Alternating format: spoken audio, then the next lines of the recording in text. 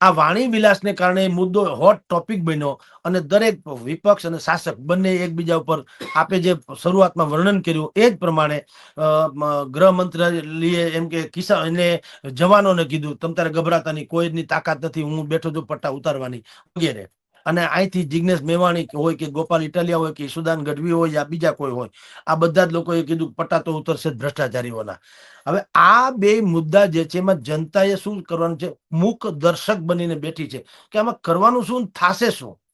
કારણ કે યુદ્ધ જે છે મૂળ સમસ્યા જે છે એના નિરાકરણ કરવા કરતા બે માંથી કોણ પોઈન્ટ સ્કોર કરે છે એના ઉપર વધુ હોય એવું લાગે છે.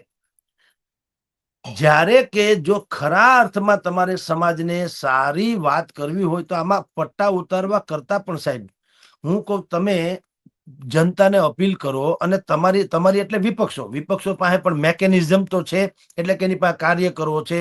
ભૂતકાળમાં એની સરકાર હતી એટલે એના 5-50 અધિકારીઓ અફસરો પણ હોવાના, એના સિમ્પથાઇઝર તો હોય ને. કઈ હાવ કોંગ્રેસ નામશેષ નથી થઈ ગઈ અને બધા જ લોકો ભાજપને માને છે એવું નથી હોતું.